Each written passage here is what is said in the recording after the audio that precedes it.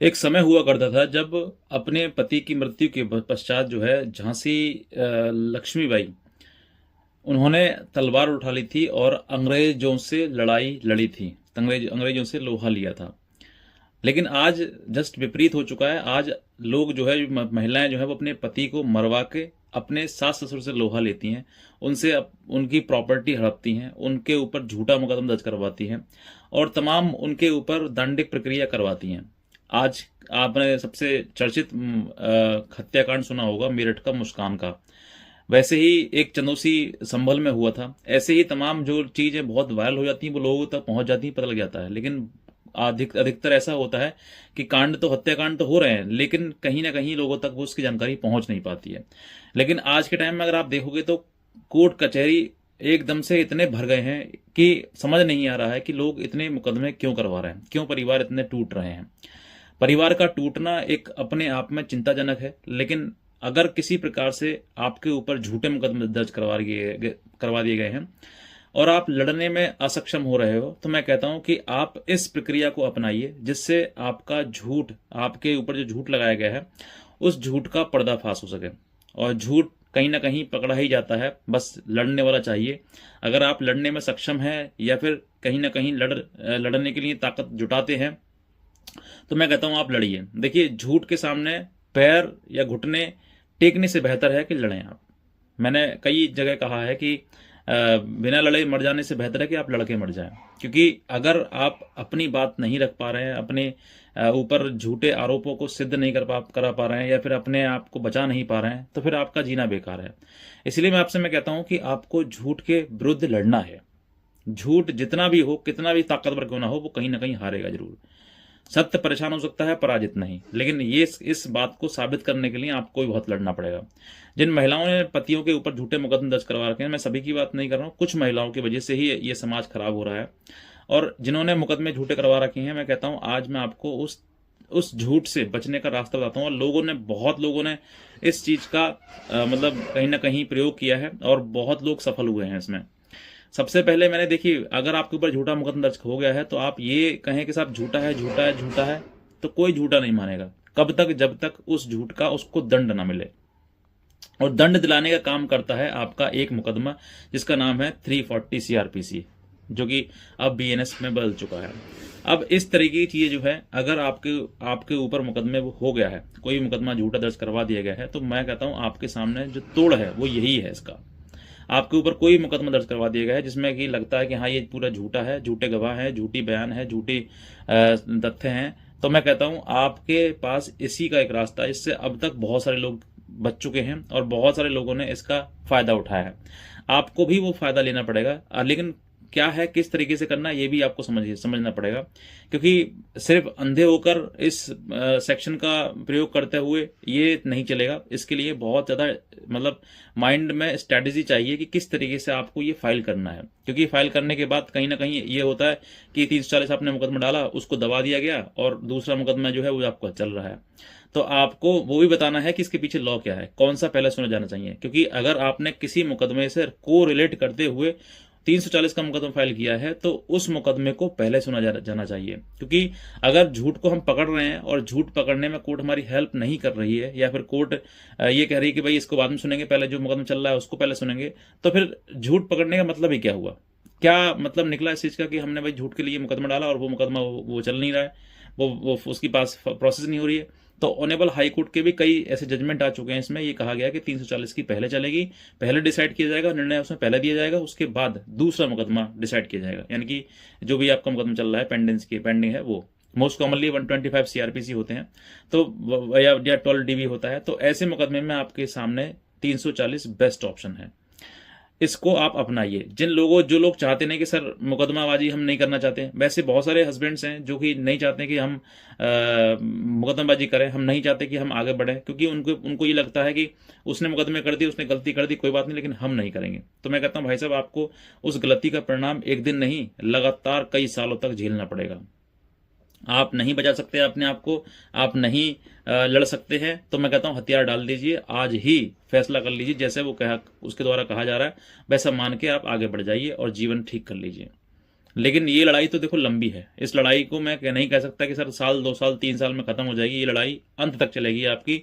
और मैं कहता हूं कि अंत तक चले तो आपको डरने की जरूरत नहीं है। झूठ के सामने तो मैं कहता हूं ना कि अब तक देखो, कई आपने पुराने समय में देखा होगा कि जो लोग आज तक कहीं ना कहीं युद्ध हुए तो वो कहीं ना कहीं बुराई के खिलाफ ही हुए। जहां बुराई हुई वहां दूसरे व्यक्ति को लड़ना ही पड़ता है, और ये आज के टाइम की बुराई है जिसका आपको अंत करना ही पड़ेगा और आपको लड़ना ही पड़ेगा। तो आप ये नहीं कह सकते कि मैं नहीं लड़ पाऊंगा या नहीं लड़ूंगा। तो मैं कहता हूं, आप नहीं लड़ पाओगे, नहीं लड़ोगे तो क्या करोगे बताओ। फिर आपके पास कहीं ना कहीं ऑप्शन यही आएगा कि कोई ना कोई ड्रम में पैक हो रहा है। ये मैं जेन्युइन चीजें बता रहा हूँ जो आज के टाइम में हो रही हैं।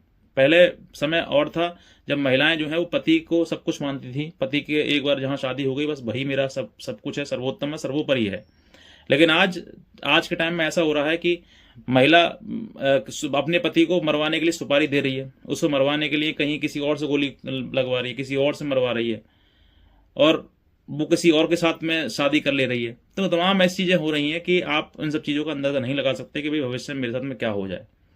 आप बहुत शक्तिशाली हैं, बहुत समझदार हैं, लेकिन कहीं ना कहीं आप देखिए कि महिला हो या पुरुष हो, अगर कोई स्त्री गलत है, जो चरित्रहीन है, अगर वो उसका कहीं ना कहीं किसी प्रकार से किसी और के साथ में संबंध है, तो मैं कहता हूं आप कितने भी चालाक हों, कभी ना कभी आप प्रेम में आ ही जाओगे, और प्रेम आने के बाद कहीं ना कहीं झटका खा ही जाओगे।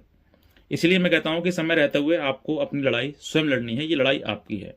आपने जो भी चयन कर लिया अपने जीवन का, उस जीवन को अब आपको ही बढ़ाना है और आपको ही लड़ना है। तमाम लोगों की ना सुनकर अपने मन की सुने। जो आपका मन कह रहा है वो करें। आपका अंतरात्मा क्या कहती है, क्या सुनाती है आपको, वो सुनिए। अगर लड़ने की बात कह रही है तो लड़िए, नहीं कह रही है तो मत लड़िए, ये आपकी इच्छा है। लेकिन कहीं ना कहीं आप जेन्युइन चीजों को भी देखिए कि वाकई मेरी जो जीवन आगे का समय है क्या उस महिला के साथ या पुरुष के साथ में कट सकता है मेरा, क्या मैं उसके साथ में रह सकता हूं। अगर रह सकते हैं तो आप जरूर अपने जीवन को आगे बढ़ाइए और अच्छे तरीके से साथ में रहिए। कोई दिक्कत परेशानी नहीं आएगी। कहीं पर भी किसी भी स्टेज पर जाकर ये सारे मुकदमे आपके खत्म हो सकते हैं। अगर आप एक दूसरे के साथ रह सकते हो तो कॉम्प्रोमाइज के आधार पर कभी भी मुकदमे खत्म हो जाएंगे। लेकिन जहां पर आपको लगता है कि नहीं सर संभव है, संभव ही नहीं है, बहुत सारे लोग हैं जिन पर अटैक कर चुके हैं, बहुत सारी ऐसी महिलाएं हैं जिन्होंने अपने ससुर के ऊपर या अपनी जेठ के ऊपर 376 जैसे मुकदमे दर्ज करवा रखे हैं। तो आप क्या उम्मीद करोगे? क्या साथ रहने की कहीं मतलब उम्मीद है? क्या कहीं आप सोचते हैं कि सर हाँ सर चलो ठीक है, प्रयास करते हैं, प्रयास करेंगे, दोबारा दोबारा मन करेगा करने का प्रयास? तो ये आपको करना है। मेरे अनुसार तो ये है कि आप जहां पर हैं और अगर आप लड़ना चाहते हैं तो मैं कहता हूं आप 340 सीआरपीसी का सहारा जरूर लीजिएगा। इस पर बस बहुत सारे जजमेंट्स आ चुके हैं, बहुत सारे लेटेस्ट चीज़ें हो चुकी हैं जिसमें कि आपको कहीं ना कहीं अगर आपको लगता है कि हाँ, और देखिए कोई भी महिला है, किसी ने भी जो गलत महिला है, मैं उसकी बात कर रहा हूँ, सभी की नहीं कर रहा हूँ, वो झूठे जो महिला है उसने मुकदमा अगर दायर किया है और आपको लगता है हाँ ये झूठ बोला है तो झूठ पकड़ जाएगा। बस पकड़ने वाला चाहिए, और जैसे ही झूठ पकड़ा नहीं है तो वैसे ही सामने वाला जो मुकदमा है वो उड़ा नहीं।